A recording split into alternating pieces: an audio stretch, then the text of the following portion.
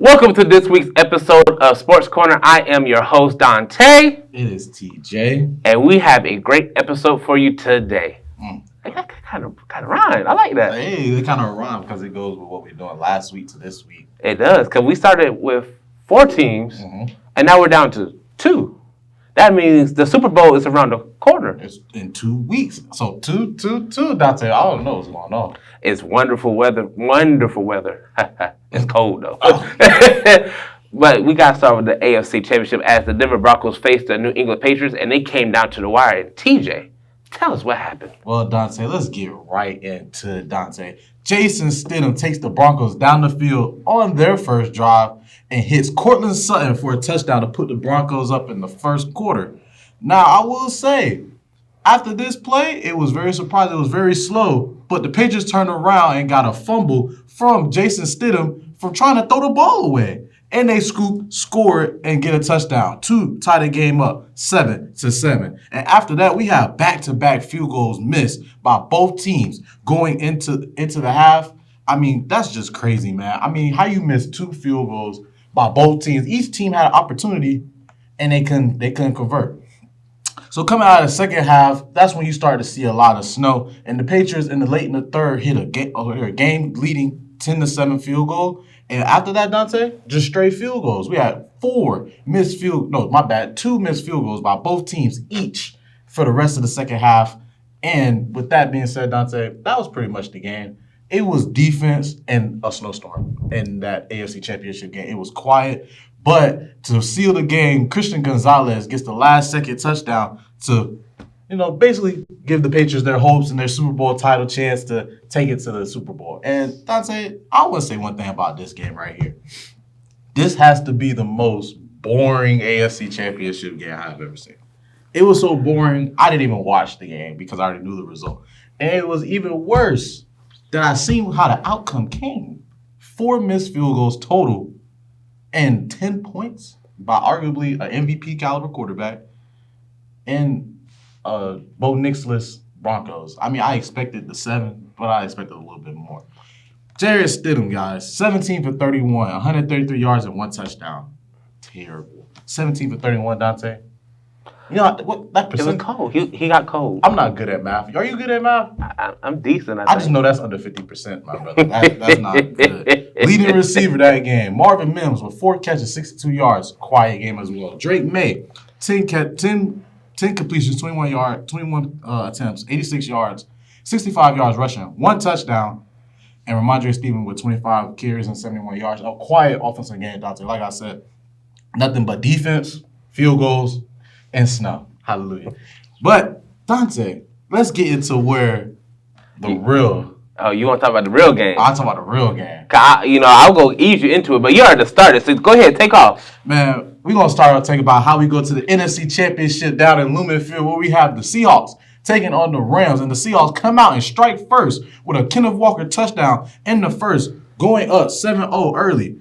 But that does not matter. After a very chess-like match game, the Rams finally scored their first touchdown to Kyron Williams slipping out of the backfield to put the Rams up 13-10 late in the second half with under 2 minutes. The Seahawks waste no time. Sam Darnold takes them right down the field to JSN to put them a touchdown up before halftime, 17-13. Stalled drive coming out of the second half. We have the Seahawks punt the ball, but then it turns into a muff punt by the Rams. The Seahawks recover the turnover with coming back and getting a Jake Bobo touchdown to put the Seahawks in great position to get a 24-13 lead. As you can see, I don't know what he was doing, Dante. He was just leaning back, catching the football. And mind you, Dante, that was his second drop muff punt of the game, and that time it really hurt the team. But let's not stop, because the number 1 offense, they shook back, Dante. They weren't going anywhere as they quickly went down the field and responded with a Devontae Adams touchdown, bringing the score to 24-20. I mean, talk about score touchdown here, score touchdown there. Well, Dante, it does not stop because both offenses were hot in the third as Sam Darnold was not seeing ghosts, but seeing the old receiving yards leader Cooper Kupp for a touchdown against his former team to put the Seahawks up 31-20. 3 back-to-back scoring drives by both teams. Why not another, Dante? 3rd and 12 by Rick Woolen. He gets called for a taunting penalty. A taunting penalty. You know emotions get rised up. You know they start sweating like maybe I'm doing right now, but we're not going to talk about it. But that hurts them, and Puka comes back and catches a 40-yard bomb for a touchdown to put the Rams back in the game. 31-27. 4 back-to-back scores by both teams in the third. Had a quiet fourth. But the Seahawks get a 4th and 4 stop in the red zone with under 5 minutes left to go in the fourth. And Dante, both teams touch the ball, but no team sees the end zone. The Rams gets the ball with 25 seconds left with a last-second dish attempt to Puka Nacua, and he does not get out of bounds, and that seals the game essentially for the Seahawks. Complete a dominant fourth quarter stop, dominant fourth quarter game by both defenses, not allowing any scores in the fourth. Sam Darnold, 25 for 36, 365 yards and 3 touchdowns, Dante. Jackson Smith-Njigba, 10 catches, 155 yards and a touchdown. Matthew Stafford came out and had a game. 22 for 35, 375, 3 touchdowns. And Puka Nacua, 9 catches, 165 yards and 1 touchdown. Dante.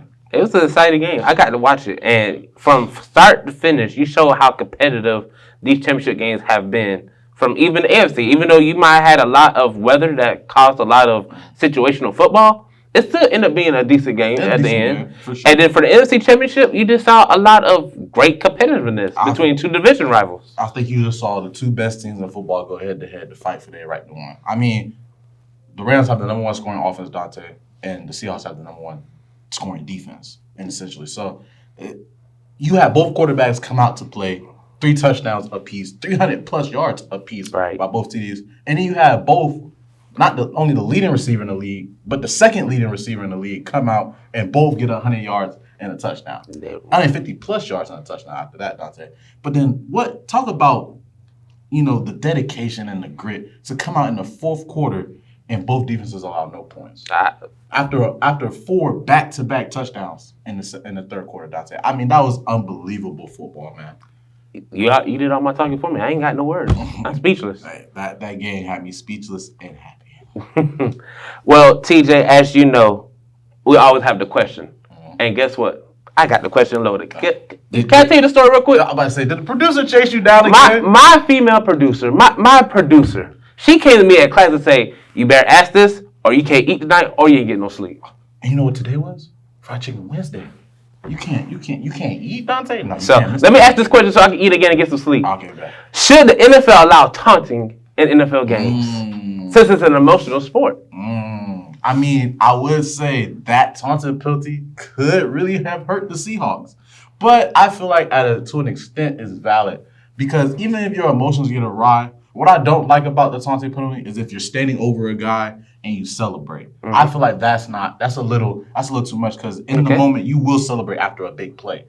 But going towards the opposite team's sideline, pulling down your ski, walking up to everybody and just, yapping, and you're the only player on the opposition team on their sideline, I feel like that's warrant. Like, what are you doing there? You're literally one man against an entire army just taunting. Like, I feel like that's valid. So it just depends on how you really look at it and how it really happens, in my opinion. That's fair. I like that assessment. I think you said everything right in that assessment. No. And typically, we were Super Bowl, so we would do Super Bowl predictions. So you ready for Super Bowl predictions? Wait! Catch us more for next week. You got me. Hey, stay tuned because we have another segment that's full of basketball. Ooh. Stay tuned. We'll be right back.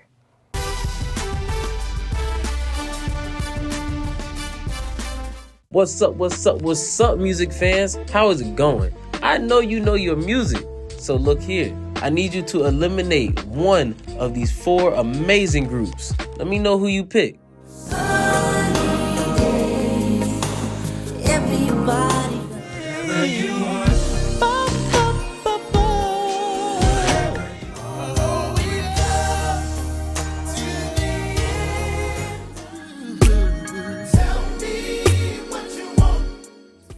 That was hard. But make sure you follow us on Instagram at BCU Campus TV. And let me know who you pick in the comment section below.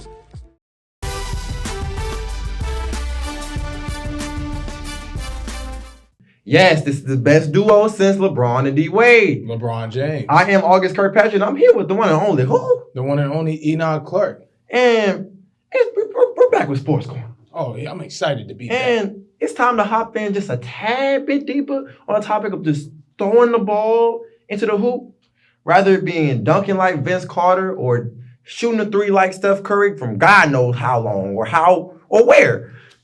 Yeah, it's time for basketball. But we started off a little different this week. Mm-hmm. Obviously, we started off with the men's, because obviously we're both men. But Yes, sir. You can see that from the mustache. obviously, we're being forced by the producer because the producer said she's gonna run down on us today. So start with the girls. Juggernaut matchup. Number 2 versus number 5. South Carolina, Vanderbilt. Talk about it. Oh, man. The first 7 minutes of the game, you want to talk about South Carolina. I feel as though South Carolina was on a run, 14-4 in the first 7 minutes of the game. The second quarter, they went 8:44. They led by 19, scoring the score of 35-16. I think that South Carolina had a really good start. Also, we got to talk about some of the players. Like Tanaya Lotson, she scored 21 points, 5 assists, and 5 rebounds at the very end of the game. Wait a minute. You cannot forget Tessa Johnson. She scored 20, which also showcased not even the depth of South Carolina, but also scored the scoring balance that they have. Anybody on that team can score, and they are deadly. Oh, yeah, for sure. There's some women players out here that can really score the ball. I think better than a lot of these guys and stuff. The generation has really changed.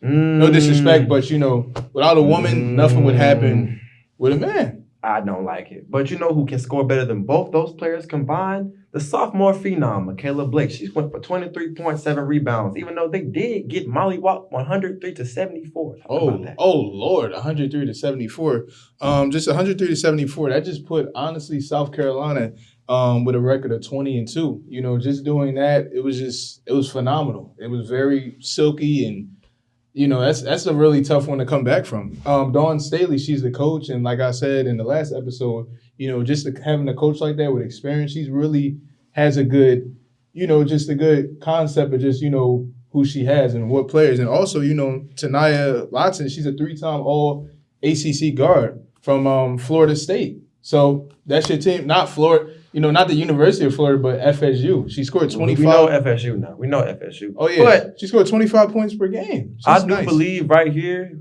this would be a matchup to look for in the SEC championship rather than it be Texas. I don't think it be Texas. No. Texas? Nah, horns down. But it's time for men's. Oh, yeah. It's time for men's. You ready for this? And we're starting off with Houston versus Texas Tech. Obviously, another postseason upset, which... this is something to look for during March. Mm-hmm. And not only during March, but during, obviously, conference play. They're both in the Big 12. But Texas Tech snatched the life out of Houston. The life. 90 versus 86.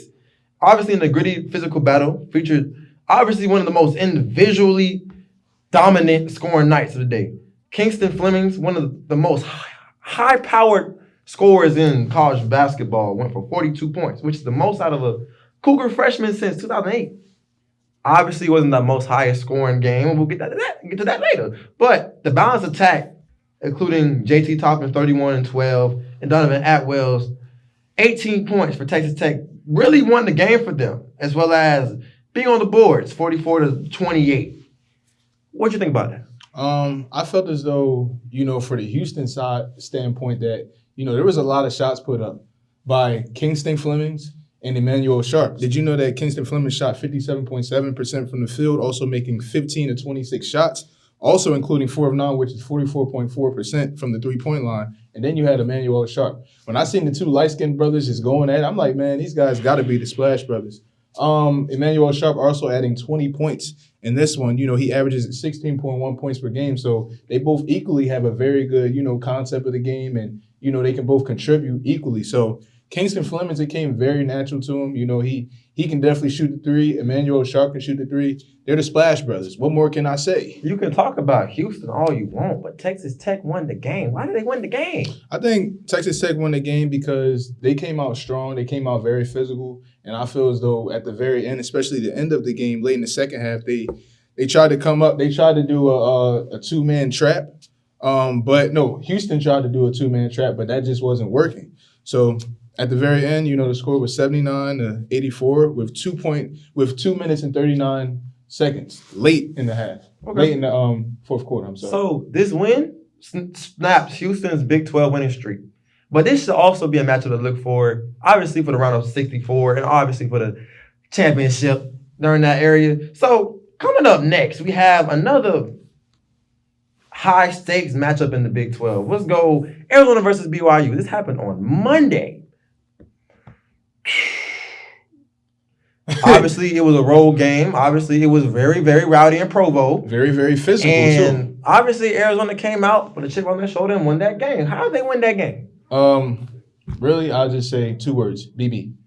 Braden Burris. He was the highest scorer on the team, scoring 29 points, 4 assists, and 5 rebounds. He averages 15.2 points per game, 4.4 rebounds, and 2.8 assists. You know, when I looked at his game, he was able to shoot the 3. He could drive to the hoop with ease. He was very poised, composed, and he just let his game do the talking. He let his game do the talking, and then he did the walking. So, you know.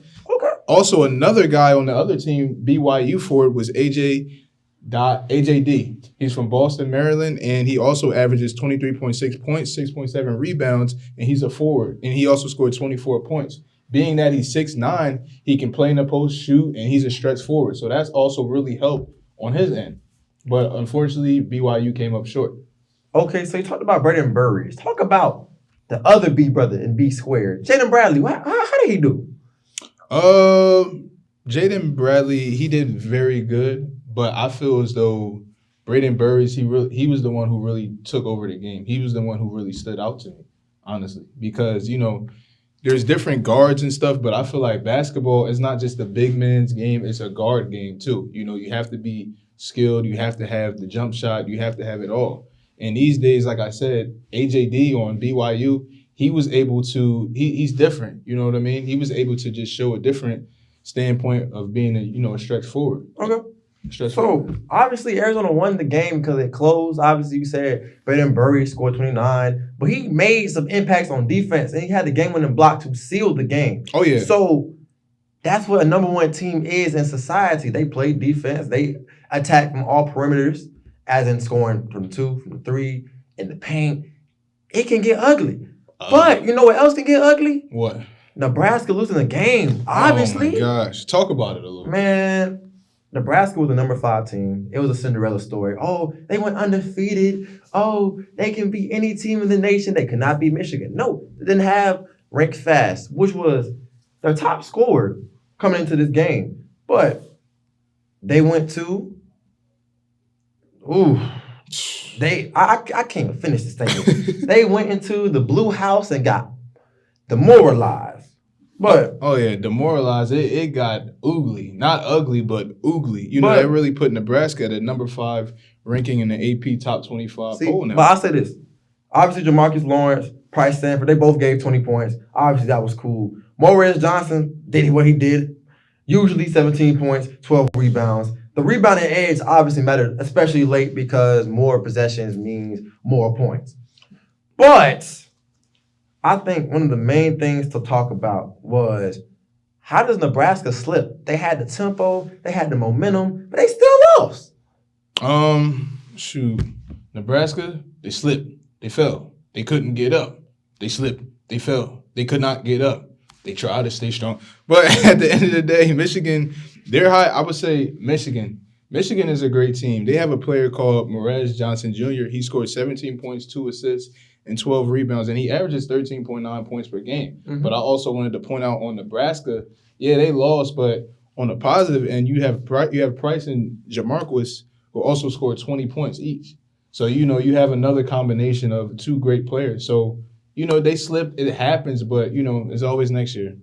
Not always next year. There's still more basketball to be played. Yeah. But on the topic of more basketball being played, can we talk about the downfall of Purdue? Oh, man. Obviously, they've lost the last 3 games. They lost to UCLA. They lost to Illinois. They just lost to IU. Shout out MJ. But they just lost to IU. Oh, my God. So, the main concern for me is what has caused their struggles. And I can go down the list. Obviously, defensive lapses, momentum swings, inconsistency late in the late game, and then just being so reliant on the key players. But you also got to keep in mind this. They had someone who scored 46 on them, which is the most points that's been scored in a long time. My goodness. As well as having Illinois having scorching shooting performances, as well as just defensive breakdowns, among other topics that we really could consistently talk about for this Purdue team. This Purdue team is not a bad team. No, they won 17. They were 17-1 before all the lapses and defensive breakdowns started. So obviously, one of the main keys to their success will be obviously passing the ball more, making sure all scorers can score, not relying on their key players, but showing up their defense. If they want to be a top team in the 64, obviously in the Big Ten, they have to make those defensive and go higher and higher, and higher. Show their defense more and more.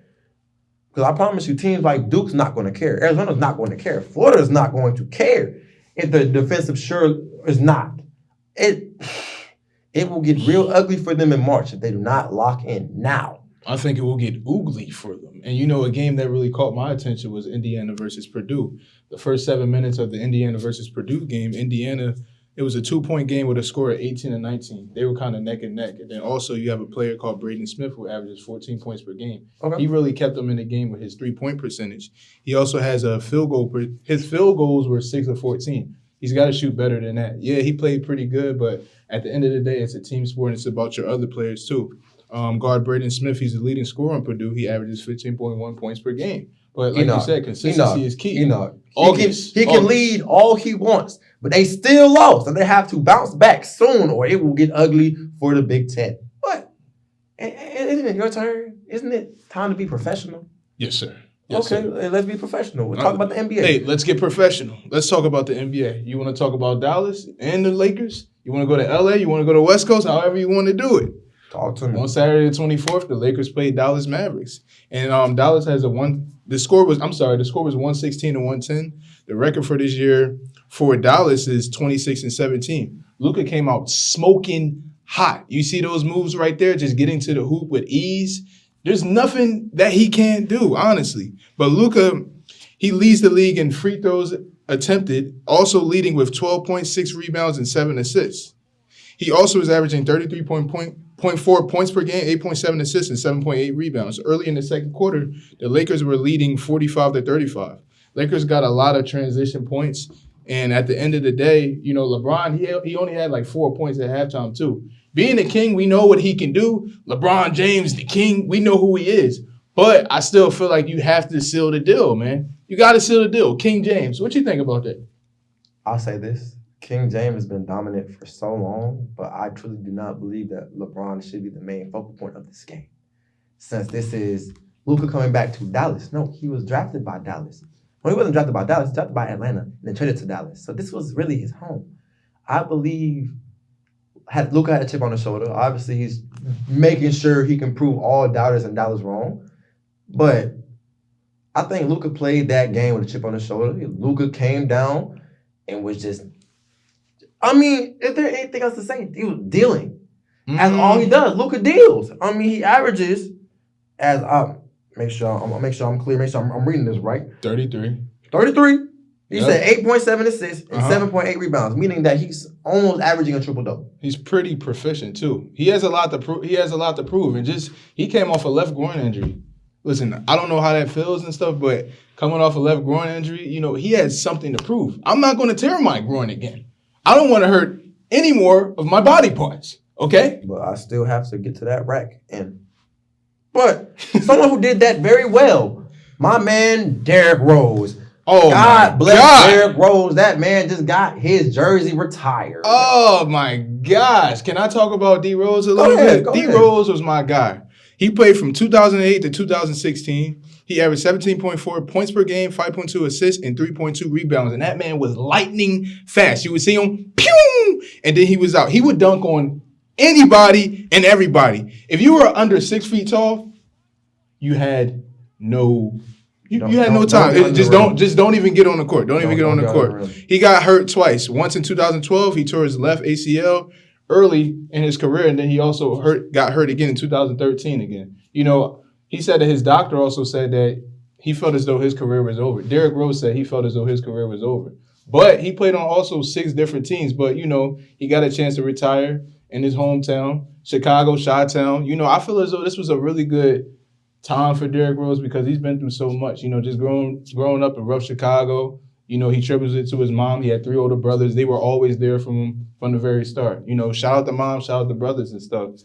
Taj Gibson, they had a lot of great things to say. Luau Deng. And also Joakim Noah. He really was like a big brother to them. He was big bros to them. Big bro. So we can talk about D Rose all we want. He's legendary. He was MVP. He's this. He's that. But the Bulls couldn't let D Rose down. You know who didn't let him down? Who? Kevin Huerter, game winner, and he hit the same pose as him for the game winner. So shout out Chicago. We much love to Chicago. Did you see he hit that with 2 seconds left? No, not 2 seconds. 0.2 of a second left. Okay, 0.2 of a second left. Okay, So, my bad. I appreciate the Bulls for winning that game, especially versus the Celtics. Yeah, I don't like the Celtics. Yeah, but the Chicago, they had to do that thing. They had to do that thing. Yeah. I shouldn't talk about the Celtics, but yeah, I don't like them. Yeah, but we don't speaking of the Celtics, we do have some all-star appearances from one of the best Celtics that they have right now.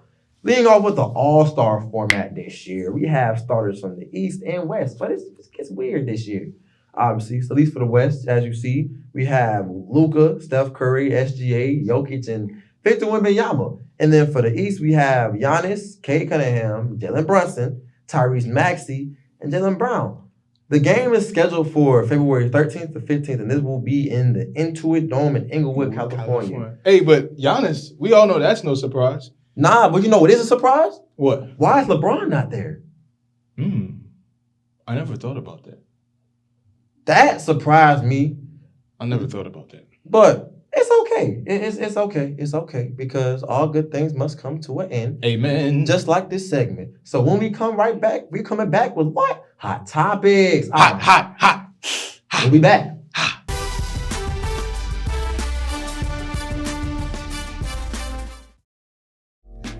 We have another one for you folks.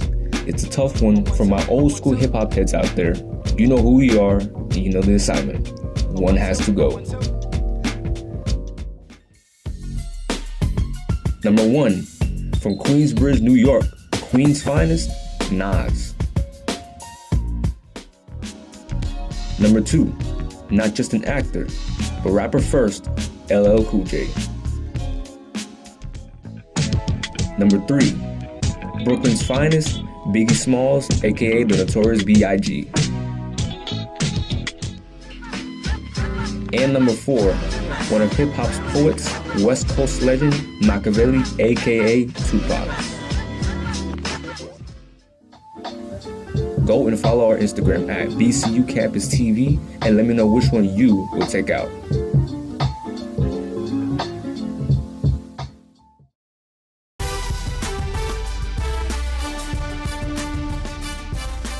Now, it's rare that you see all 4 of us, so just like my boy August said, we're back with hot topics, and these topics, they're sizzling hot. Talk about hot on the skillet plate, man. So hot and her. So, gentlemen, you know how hot topics is. I'm gonna bring up the topic. We're gonna talk about it. Y'all ain't gonna talk too long, cause we're gonna move on. Yes, sir. Yeah. Good. Gotta get it going. All right. Jeff Brady has become the now Buffalo Bills head coach. Steven Stefanski is the Atlanta Falcons head coach. John Harbaugh is the New York Giants head coach. Mike McCarthy, the Pittsburgh Steelers head coach. Robert Saleh, the Tennessee Titans head coach. Jeff Hafley, Miami Dolphins head coach. Todd Monken, the Cleveland Browns head coach, which just broke today. And, of course, you have the Arizona Cardinals, Las Vegas Raiders. They're still searching. The question on the table is, what head coach is going to be successful first at their new team? It's a great question. I already got my answer. I got my answer too. Take it away. Go ahead. Go first, my brother. John Harbaugh, man. John Harbaugh to the Giants. I mean, Jackson Dart, Cam Scatterboot, and Malik Neighbors with that defense, with John Harbaugh at the helm, I feel like that probably have been the best franchise move they have ever made since signing Dexter Lawrence. I don't know if it's the glasses because obviously we got telepath. Yes, my answer will also be John Harbaugh. Simply off the fact of, one, he's a Super Bowl winning coach. He won in 2012 with Ray Lewis, obviously with Joe Flacco. But I think he brings structure. Baltimore has been a very, very consistent team. They won 9, 10, 11 games. They made it to the playoffs. So obviously I believe that John Harbaugh will bring that culture to New York. And with that culture, I believe Jackson Dart will flourish. I believe that Malik Neighbors will flourish. I believe all the Dexter Lawrences, all the Carters, everybody, the New York Giants will flourish in I believe a wide open NFC East. Because think about it, Dallas can't win to save their life. The Eagles are falling off because the tush push is being. Hey. Oh no, I don't like the Eagles. EAGLES, no. I don't like y'all Floridians. And then obviously Jaden Daniels still has to rehab and come back. So the Giants have a great possibility to have success early. That is true. But they have to buy into the program. So yes, John Harbaugh. I believe, a skill set like that, they can buy in for sure. First I just want to start off. I hate that comment that you just made. I'm not gonna hold it against you. We still cool, but wow, that just, man. But anyway, I know I'm a Philly guy. I'm an Eagles fan and stuff, from Philly, born and raised. But Mike Tomlin, it kind of just saddened me, when he got traded. He started at Pittsburgh, especially in the early 2010s. I think he really built the franchise with them. That was definitely one of the best. Sorry to admit it, but Pittsburgh was a team. They had a really good franchise. They won a couple Super Bowls too. But at the same time, he built a legacy, a franchise, so that's all I'm going to really say for it. I think he's really good at building players and building skill. So, are you talking about Mike McCarthy going to the Steelers? That's who's the new Yes. I'm sorry. You're fine. But Michael Tomlin, think about it. Michael Tomlin, that was the yeah, head for sure. coach of the Steelers. That's what I'm saying. So, But then again, Mike McCarthy did win with Green Bay, and he gets his quarterback back, Aaron Rodgers. That was going to be an honorable mention for me, but since he already said an honorable mention that I say people should watch out for is Robert Saleh to the Tennessee Titans. Oh, you're lying to yourself. I'm telling you, You're watch lying out. to yourself. Yes, I'm telling you, yes, watch out, because Robert Saleh is not a bad coach. The New York Jets, when they had him, they fumbled. That defense was top 5, top 10 in the league under Coach Saleh's rule or tenure. But that offense, he needs to find a good OC, and I promise you, they'll be a playoff team. Todd Query is right. I'm telling you. I have no fear in my heart for the Titans. I'm telling you, man. All right, guys, we got to wrap it up. Eagles in 1 year. Now, next topic. Bill Belichick. He's an 8-time Super Bowl champion, and he got snubbed by 10 votes for the first ballot Hall of Fame. Does Bill Belichick deserve to be in a Hall of Fame? I don't care what nobody say yes. I don't care if the best quarterback. I don't care if he had the best quarterback for his entire career. I mean, it don't matter. Like, you made the pick, you drafted the players, you made the team, you coached them. There's nothing more to put. Like, the man was the GM. He was the head coach. He almost ran the organization, and he's an 8-time Super Bowl appearance, 8-time Super Bowl champion.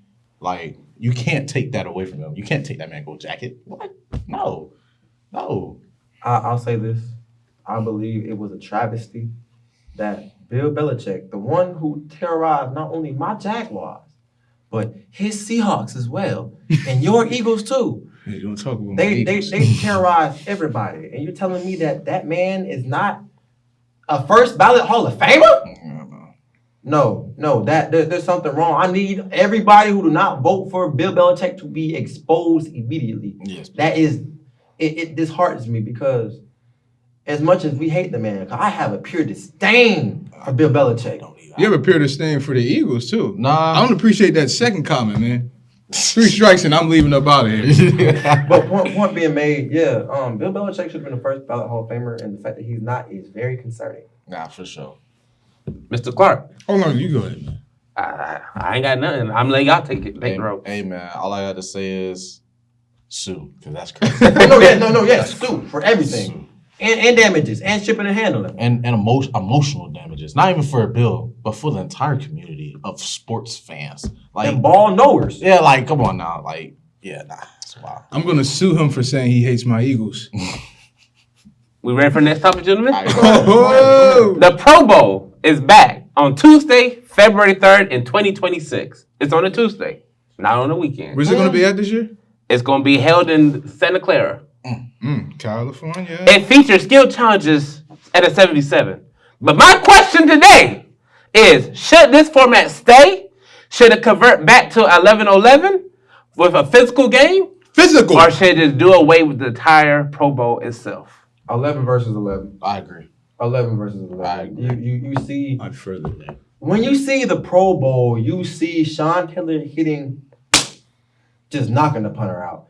When you see the Pro Bowl, you see people being physical and having fun at the same time as being just camaraderie. You said them being what? Within the AFC and the NFC. So bring it back. Make them play that game because that 7-on-7 is just I don't like it. I truly don't like it. Keep the skill challenges though, because obviously they had skill challenges in the past. But yeah, bring back the pad clacking. Okay. Yeah, I will have to heavily agree with August on that one. I mean, 7-on-7, I feel like now. I would rather watch Patrick Mahomes throw a go ball to who's the best receiver in the AFC right now? Jamar Chase. Beautiful. There you go. I would rather watch Patrick Mahomes throw a go ball to Jamar Chase getting guarded by Quinion Mitchell. I say that's a good option. Then watch a 7v7 where they two-hand touch. Like, why would I want to do that? Like, why would I not want to watch the best of the best on the best conferences go head-to-head against each other, against the best of the What's other wrong with conferences? 7-on-7? Because it's not as physical. It's not as fun. It's not as what? exciting. It's not as Football what? is a hitting It's not as sport. physical. Physical sport. Physical, yes. I think Cam Ward would be really good in like a 7-on-7 like that. No, but it won't be physical. I want it to be a hitting sport. I want knockouts. Yeah, Respectfully. Oh, so you want people in the hospital? You must be paying for that insurance building. They got their money, they rich. They'll be okay. I just thought about They play that. football You for got a living. You got a point. But in my opinion, I feel like, it takes the love out of the game for the players and the fans. Because, like I said, when you see all your players on one team playing together, it's like it brings back old memories for them as well, back to them high school days, college days. Like Jamar Chase, let's say they was in the same conference. Jamar Chase and Justin Jefferson on the same team. Who would want to see Joe Burrow throw both of them the ball again like it's 2019 LSU going to the national championship? Like, who wouldn't want to see that? So I feel like they're taking the love out of the game of the Pro Bowl by not letting them run 11-11. I understand health. I understand the long and the depth of the season, but make it optional, There's a lot of talented elite players in the NFL. Somebody's gonna play. Oh, definitely. Somebody's gonna play. So you just gotta find the players, pick, and let them know who play. And stop snubbing these people. Say, all right, nah, we're not gonna talk about it too much, but y'all snubbing these players. Mr. Clark, you got anything? Should it stay? I just kind of want to ask you. So you said about the whole 7-on-7 thing. You don't think Shedeur Sanders versus Cam Ward would be a good matchup too? In the 7-on-7? I mean, Why not? They got the speed. Because I don't get to see Myles Garrett or T.J. Watt come put pressure on him and put him in the dirt. That's why. Y'all just want to see somebody knocked out just on their back. It's football, man. It's football. If you ain't getting tackled, it ain't football. So Enoch, it's football, not patty cake. Yeah, but what we doing? Yeah, but it's silky. Like when the way you move, it's that's not what I want, man. That's what they gonna be doing. Okay, basketball is my sport. There's definitely nothing soft tissue about that. All right, next topic. If Sam Darnold can win this Super Bowl, does that make him better than Lamar Jackson and Josh Allen? See, I actually thought about this question right here because I obviously brought it to Dante's attention. So I'll say this. In the big 2026, I think the answer is yes. I truly believe the fact that Sam Darnold is the first quarterback out of the 2018 draft class to start the Super Bowl, and he has a great chance to win that game. Because I'm gonna be so real right now, 60%. Even though it's Super Bowl and Super Bowl projections next week. Yes. Oh, so it's already Seahawks by 14. It's already 60%, brother. Seahawks by 14. Well, our predictions next week. Seahawks by 14.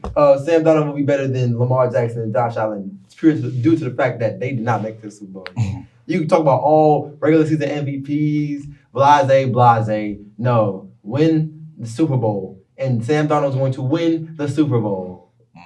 I mean, 100% guaranteed. Hey, all I got to say is I'll put it simply like this. How many MVPs Tom Brady got? Enough. Gosh, man. How many Super Bowls did he got, though? Enough. More than me. How many times has your team won? Yeah, I'm petty like that. Okay, when the last time I made it to the Super Bowl? We made it to the Super Bowl last year, bro. Okay, y'all won, and then y'all lost. And then we won 5 years before that, too. Yeah. That's 2 Super Bowls in the span of 10 years, bro. Hey, you can't keep on tush 2 pushing, my Super Bowls in boy. the span of 10 It years. doesn't matter. What, 2 And Super Bowls? in between that gap, we just won in 2017. Okay. And we just won last 2017? year. There's nothing nobody else can say about that. That was 2017. No. 2017, 2018. I thought it was one of them. 20. All they doing is That was back in the day. putting their hands behind Jalen Hurts and just saying, "Ride, boy, Hey, ride." whatever. Hey, if it ain't broke, don't try to fix Well, it was it. broke this year. Well, but Mr. Clark, It wasn't really broke this year. Mr. Clark, either. I need a response though. If Sam Darnold wins the championship this year, the Super Bowl, is he better than Josh Allen and Lamar Jackson? It's kind of a tough question. I need an answer. Yes, no, maybe. Maybe so. No. Oh, you crazy? That's a whole different level of no. Oh, you crazy? I'll put it like this. If he wins the Super Bowl, he's the best quarterback. He has the best career since the 2018 draft class. But Josh Allen and Lamar Jackson will definitely be the better player at the end of their career. They're just regular season players, though. Because, I can put them into a category as, yes, Sam Darnold not better than Lamar physically, arm talent, or Josh Allen. But he won the game. He won the Super Bowl. So he's better in the aspect of his career. Mm-hmm. So not talent-wise, but career-wise, he's definitely better. At this stage right now. All right, the last hot topic on the table, and this one I'm gonna let Mr. Clark start us off because it's in your ballpark. News broke today. Yes, the news broke today that Giannis Antetokounmpo will want to leave. Antetokounmpo, man. We need a That's that freaking black age right there. That he wants to leave the Milwaukee Bucks. Where should he go? I think he should go to my Sixers. We got VJ Escombe, Joel Embiid, Paul George, Tyrese Maxey. He'd be a great addition. I feel as though, he's got a very physical standpoint. He averages 28 points per game, 10 rebounds, 5.6 assists per game. He's an NBA champion, finals MVP, defensive MVP. No, that hasn't been done since MJ. Michael Jordan, not Michael Jackson, Michael Jordan. So, he's a strong player. Any team would want him, but I feel as though realistically he would want to go to the Sixers. But he did say that he's open to being traded. But, it doesn't really, we haven't seen a whole lot of players at 6'9", able to just stretch. Unless he grew. He's 6'10", but you got. I think he stopped growing at 24, bro. Wingspan He really 7 foot, if we being real. I've been talking about that. Yeah, he put 6 foot, 7 foot, 8 foot, same thing. Really. But what's your standpoint on that, Mr. August Kirkpatrick? Well, first of all, the Philadelphia 76ers would have to trade away Joel Embiid or VJ Escombe for that man Giannis. Or hefty draft. So that's not good. I refuse to let y'all get that. However, I saw this earlier and it would hurt my heart to happen, but I think if it happens, it'll be nice. Let that boy be in Oakland. With the Warriors? Let that boy be Why with is Stephen everybody... Curry. So you're saying that he can't win another championship unless he goes to Oakland? If Giannis goes to Golden State, the West is screwed. And I mean that wholeheartedly. There's no way that you stop one of the most physically imposing beings downhill in the paint.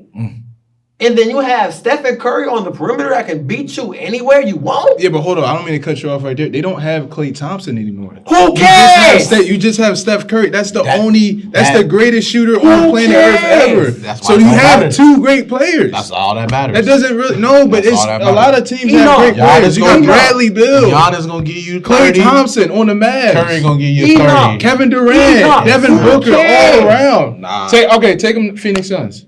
He'd be good there too. He'll be Phoenix good Suns. there too, but I think Golden State, he taking them to another level. They might be a threat at like San Antonio and LA. I ain't gonna lie, yeah. So you put them two together, that's a dangerous. Did Kevin This will Durant? be Did KD KD part 2. No, there's no KD part 2. He's on his own island, man. No. That's it. He's different. Okay, who's better, KD or Giannis? They got two different games. Two different games. What's Two the different difference? gameplays. What's the difference? One's a shooter, one's a slasher. Elite slasher, that elite shooter, elite slasher. That's two different. Well, who's more physical? Oh, that doesn't Giannis. matter. Are you crazy? Giannis. Are you out your mind? Yes. It's a like you said, I agree with that. It is a different, game Sir. style. KD is more smooth. He doesn't really have he's to a finesse. bump and You don't stuff have like He's that. a finesse. Finesse, yeah. But that's what Curry's for. Giannis put his shoulder to your chest. Curry's the That doesn't finesse. mean nothing. KD's dunking right over you. He crossing you up, make you. Oops, Giannis excuse me, doing young the man. same thing. Excuse me, young man. What they got- He's not breaking nobody's ankles. But what does that have to do with him going to the paint and not being able to be stopped? Like we have seen countless big man, countless lockdowns trying to stop Giannis, and it's not possible. You cannot stop that man. If he wants 30, he wants 30. Sorry. Listen, KD said in the interview, he said to a teammate, he said, I could go out here and score 50 points every time, but I just want to play team basketball. Okay. KD's a more natural scorer, just like the conversation they was having in 2012-13 against LeBron and KD. Mm-hmm. KD's a better scorer, but LeBron, he's just better overall. Okay. But it's easy for him. With that being said, Giannis would still go to Golden State and lay belt. Respectfully. But wouldn't he do that anywhere though? Think about who he has on the team too. You gotta think about it. He may go anywhere and do that, but is he gonna go anywhere and win? That's the two things you have to think about. He will win with Golden State. That's like saying you put him in Washington with Trae Young because he ain't got nobody. That don't mean they gonna win. Oh, no. You could put him on the Trailblazers with all them boys down there. So do you think? Don't mean they gonna win. Do you think he will be interesting though? What if he went to Utah?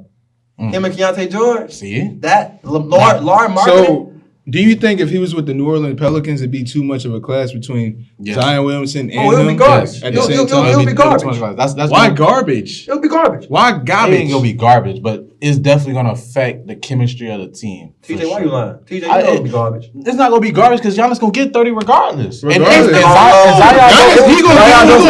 regardless, but he don't stay healthy. All right, y'all. I was here for it. I was here for it, but we gotta go. Okay, what are you talking about? I didn't give mine. Hey man, y'all got me messed up. I done lost my mind. Yeah. My mind's telling me no. But listen. Oh, go ahead, man. Listen, man. We got 76ers. We got Golden State, man. I thought about this earlier today, and I was like, it's a sad sight to see, but I would love to see it. Give me the Los Angeles Lakers. You trade Austin Reeves and LeBron and a couple draft picks for Giannis Reeves. You put Luka and Giannis on the same team together, the Lakers will win. Okay, that's a good one. That's a good one. That's the best thing you said all day. All day in this basketball segment right here. That's the best thing you said, bro. That stuff you said about Giannis and KD, it's kind of shaky. You and him, y'all messed up, man. Alrighty, y'all. I don't know if the glasses or. Hey, as much as I love this, we gotta go. We gotta wrap it up. This has been this week's episode of Sports Corner. I am your host, Dante. It's your boy, August. It's TJ. And it's Enoch Clark. Catch us next week as we have more sports on the horizon. Because there's no place that you'd rather be. Catch us next week.